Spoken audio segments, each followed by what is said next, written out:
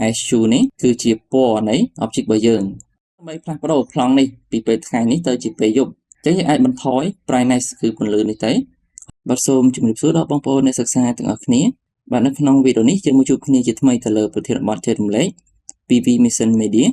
ដែលនៅក្នុងនេះគឺខ្ញុំនឹងបង្ហាញទៅលើការប្រើប្រាស់ render style ដើម្បីធ្វើការផ្លាស់ប្ដូរពណ៌ឬក៏ពន្លឺផ្សេងៗទៅលើ object របស់យើងអញ្ចឹងនៅត្រង់នេះលោកគ្រូអាចទាញប្រាប់ណាមួយចូលមកលោកគ្រូអាចប្រើប្រាស់ទៅលើផ្កាយមួយនេះចុះអញ្ចឹងនៅត្រង់នេះបាទអញ្ចឹងសម្រាប់ render style នេះគឺយើងមិនអាចធ្វើការ select ទៅលើផ្នែកណាមួយនៃ object ដើម្បីធ្វើការផ្លាស់ប្ដូរបានទេអញ្ចឹងគឺវានឹងផ្លាស់ប្ដូរទៅទាំងមូលអញ្ចឹងយើងអាចចាប់ផ្ដើមបានជាដំបូងយើងចុចនៅចំណុចខាងគៀនេះមកគឺ render style តែយើងត្រូវចុច select ទៅលើ prop របស់យើងជាមុនសិន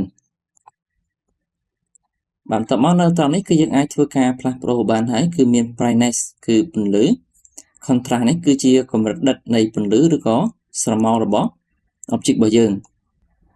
អញ្ចឹងគ្រូផ្លាស់ប្ដូរបន្តិចៗមក brightness នេះគឺពន្លឺគឺវាដំឡើងទៅទាំងអស់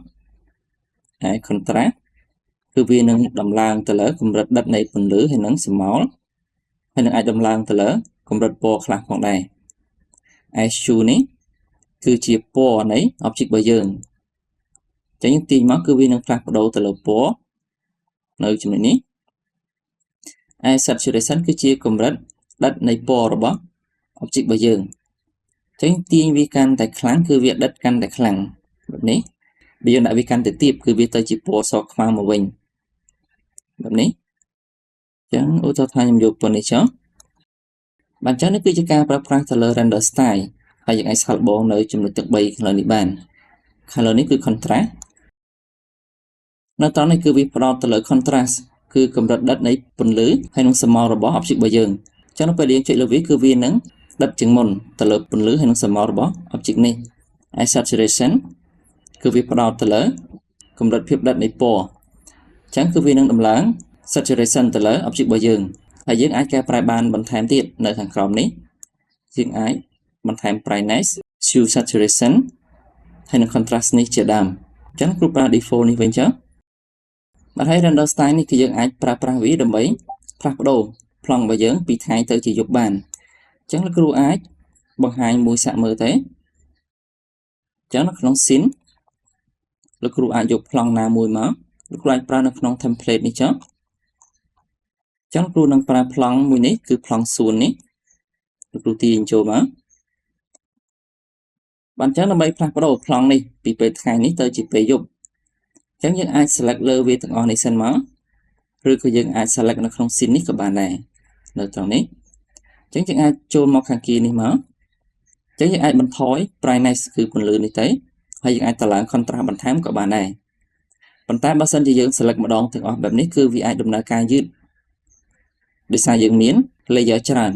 អញ្ចឹងគ្រូអាចបន្ថយមកសាក់មើលមកយើងទាញមកបន្តិចទៅយើងទាញបន្តិចយើងអាចប្រឡែងមកយើងទៅដោយសារវាដើរយឺតអញ្ចឹងប៉ុណ្នេះគឺអត់ទាន់ពេញចិត្តទេអញ្ចឹងគ្រូទាញមកបន្តទៀតមកអញ្ចឹងវាអាចយឺតបន្តិចយើងអាចចាំបន្តិចទៅ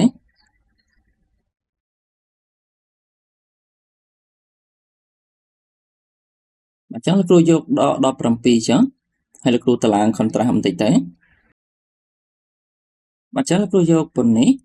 ឬលោកគ្រូអាចបន្ថយពន្លឺទៅលើមេឃខាងក្រោយអញ្ចឹងគ្រូ select តែទៅលើមេឃនេះទៅហើយយើងបន្ថយ brightness ទៀតទៅនេះអញ្ចឹងគ្រូយកពន្នេះចុះហើយសម្រាប់ពពកគឺដូចគ្នាយើងបន្ថយ brightness យើងតម្លើង contrast តិចទៅ